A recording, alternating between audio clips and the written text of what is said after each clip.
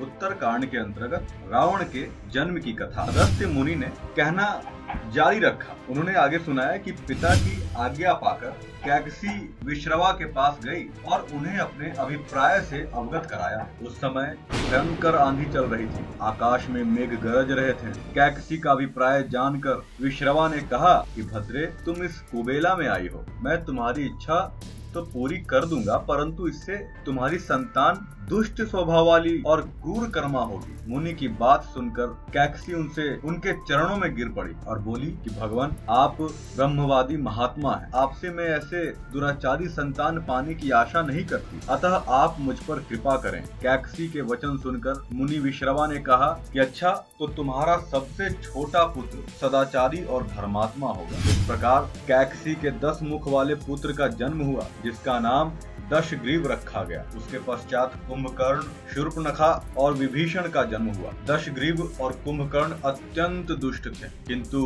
विभीषण धर्मात्मा प्रकृति का था।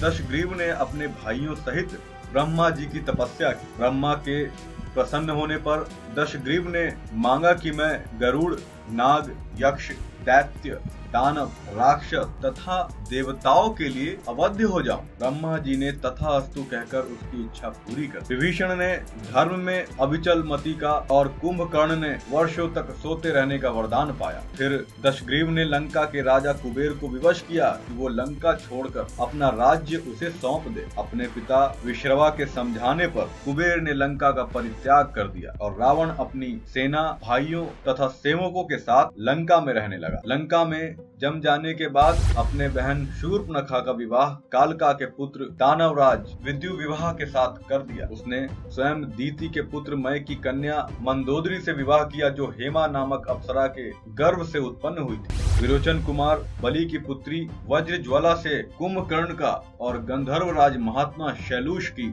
कन्या शर्मा से भीषण का विवाह हुआ। कुछ समय मंदोदरी ने मेघनाथ को जन्म दिया, जो इंद्र को परास्त कर संसार में इंद्रजीत के नाम से प्रसिद्ध हुआ। सत्ता के मद में रावण देवताओं, ऋषियों, यक्षों और गंधर्वों को अनेक प्रकार के कष्ट देने लगा। एक बार उसने कुबेर पर चढ़ाई करके उसे युद्ध में पराजित कर दिया और अपनी विजय की स्मृति के रूप में कुबेर के पुष्पक विमान पर अधिकार कर लिया। उस विमान का वेग मन के समान तीव्र था। वो अपने ऊपर बैठे हुए लोगों की इच्छा अनुसार छोटा या बड़ा रूप धारण कर सकता था। विमान में मणि और सोना की सीढ़ियां बनी हुई और तपाए हुए सोने के आसन बने हुए थे। उस विमान पर बैठकर जब वो श्रवण नामक से प्रसिद्ध सरकंडों के विशाल वन से होकर जा रहा था, तो भगवान शंकर के पार्षद नंदीश्वर ने उसे रोकते हुए कहा कि दशग्रीव, इस वन में उपस्थित पर्वत पर भगवान शंकर क्रीड़ा कर रहे हैं, इसलिए यहाँ सभी सुर, असुर, यक्ष आदि का आना निषिद्ध कर दिया गया है। नंदीश्वर के वचनों से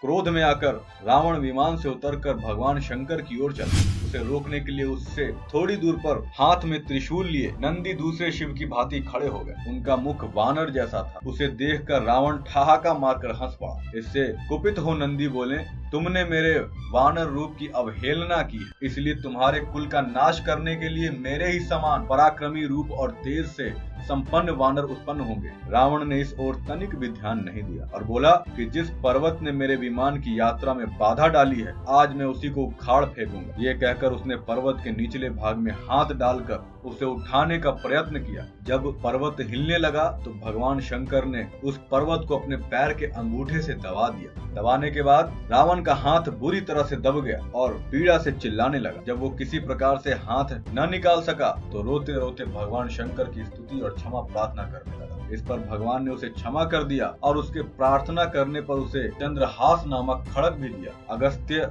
मुनि ने कथा को आगे बढ़ाया। एक दिन हिमालय प्रदेश में भ्रमण करते हुए रावण ने ब्रह्मर्षि कुशध्वज की कन्या वेदवती को तपस्या करते देखा। वो उस पर मुग्ध हो गया और उसके पास आकर उसका परिचय तथा अविवाहित रहने का कारण पूछा। वेदवती ने अपने परिचय देने के पश्चात बताया कि मेरे पिता विष्णु से मेरा विवाह करना चाहते थे। इससे क्रुद्ध होकर मेरी कामना करने वाले दैत्यराज शंभु ने सोते में उनका वध कर दिया। उनके मरने पर मेरी माता भी चिता में प्रविष्ट हो गई। तब से मैं अपने पिता की इच्छा पूरी करने के लिए भगवान विष्णु की तपस्या कर रही हूँ। उन्हीं को मैंने अपना पति मान लिया है। पहले रावण ने वेदवती को बातों में फुसलाना चाहा, फिर उसने जबरदस्ती करने के लिए उसके केश पकड़ लिए और वेदवती ने एक झटके में पकड़े हुए केश काट डाले। फिर ये कहती हुई अग्नि में प्रविष्ट हो गए कि दुष्ट, तूने मेरा अपमान किया। इस समय तो मैं ये शरीर त्याग रही हूँ, परंतु तेरा विनाश करने मैं अयोनिजा कन्या के रूप में जन्म लेकर किसी धर्मात्मा की पुत्री बनूंगी। अगले जन्म में वो कन्या कमल के रूप में उत्पन्न हुई। उस सुंदर कांति वाली कमल कन्या को एक दिन रावण अपने महलों में ले गया। उसे देखकर ज्योतिषियों ने कहा कि राजन, यदि ये कमल कन्या आपके घर में रही तो आपके और आपके कुल के विनाश का कारण बनेगी। ये सुनकर रावण ने उसे समुद्र में फेंक दिया। वहां से वो भूमि को प्राप्त होकर राजा जनक के यज्ञ मंडप के मध्यवर्ती भूभाग में जा पहुंची। वहां राजा हल से जोती जाने वाली भूमि से वो कन्या फिर प्राप्त हुई। आपके महान शत्रु रावण को वेदवती ने पहले ही अपने शाप से मार डाला। अनेक राजा महाराजाओं को पराजित करता हुआ दशग्रीव इक्ष्वाकु वंश के राजा अनरण्य के पास पहुंचा, जो अयोध्या पर राज्य करते थे। उसने उन्हें भी द्वंद्व युद्ध करके अथवा पराजय स्वीकार करने के लिए ललकारा। दोनों में भीषण युद्ध हुआ, किंतु ब्रह्मा जी के वरदान के कारण रावण उनसे पराजित न हो सका। जब अनरण्य का शरीर बुरी तरह से शत विशत हो गया तो रावण इक्ष्वाकु वंश का अपमान और उपहास करने लगा। इससे कुपित होकर अनरण्य ने उसे शाप दिया था कि तूने अपने व्यंग्यपूर्ण शब्दों से इक्ष्वाकु वंश का अपमान किया है, इसलिए मैं तुझे शाप देता हूँ कि महात्मा इक्ष्वाकु के इसी वंश में दशरथ नंदन राम का जन्म होगा, जो तेरा वध करेंगे। ये कहकर राजा स्वर्ग सिधार गए। रावण की उद्दंडता में कमी नहीं आई। राक्षस या मनुष्य जिसको भी वो शक्तिशाली पाता उसी के साथ जाकर युद्ध करने लगता था। एक बार उसने सुना कि किष्किंधापुरी का राजा वाली बड़ा बलवान है और पराक्रमी है, तो वो उसके पास युद्ध करने के लिए जा पहुंचा। वाली की पत्नी तारा के पिता थे सुषेण,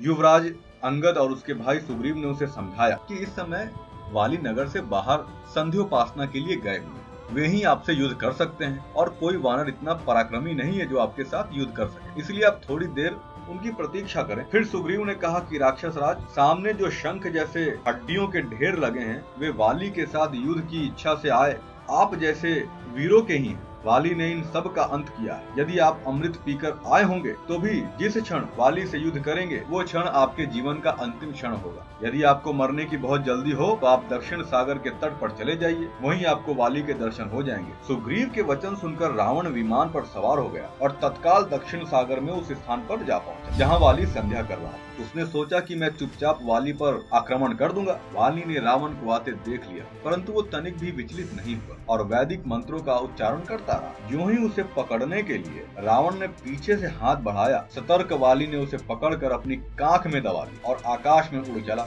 रावण बार बार वाली को अपने नखों से कचोटता, किंतु वाली उसकी कोई चिंता नहीं की, उसके नोचने खसोटने की। तब उसे छुड़ाने के लिए रावण के मंत्री और अनुचर उसके पीछे शोर मचाते हुए दौड़े, लेकिन वे वाली के पास पहुंच न पाए। इस प्रकार वाली रावण को लेकर पश्चिमी सागर के तट पर पहुंचा। वहां उसने संध्योपासना पूरी की। फिर वो दशानंद को लिए हुए किष्किंधापुरी में लौटा। अपने उपवन में एक आसन पर बैठकर उसने रावण को अपनी कांख से निकाल कर पूछा, यह वो कहिए आप कौन हैं और किस लिए आए हैं? रावण ने उत्तर दिया कि मैं लंका का राजा रावण हूँ, आपके साथ युद्ध करने के लिए आया था। वो युद्ध मुझे प्राप्त हो चुका है, मैंने आपका अद्भुत बल देख लिया। अब मैं अग्नि की साक्षी देकर आपसे मित्रता करना चाहता हूँ। फिर दोनों ने अग्नि की साक्षी देकर एक दूसरे से मित्रता स्थापित की। तो मित्रों, हम यहीं पे ये कथा समाप्त करते हैं। हम फिर मिलेंगे, तब तक के लिए धन्यवाद। जय श्री राम।